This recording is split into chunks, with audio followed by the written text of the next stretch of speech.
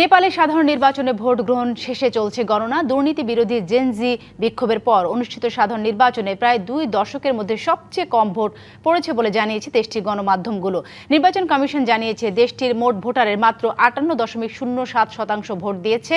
Kathmandu post প্রতিবেদনে জানিয়েছে এর আগে 2008 সালে সাংবিধানিক পরিষদ নির্বাচন থেকে শুরু করে 2022 সালে নির্বাচন পর্যন্ত নেপালে ভোটদানের গড় হার ছিল 69.4%। প্রাথমিক গণনায় RAPPRE থেকে রাজনীতিবিদ হওয়া বালেন্দ্র শাহের রাষ্ট্রীয় স্বতন্ত্র পার্টি RSP প্রতিদ্বন্দ্বী অন্য প্রার্থীগুলোর তুলনায় এগিয়ে রয়েছে। শুক্রবার স্থানীয় সময় সকাল 11টা পর্যন্ত গণনার 60টি আসনে RSP, 8টি আসনে নেপালে Congress, communist party of Nepal UML 5টি এবং নেপালি কমিউনিস্ট পার্টি ও অন্যরা 4টিতে এগিয়ে রয়েছে।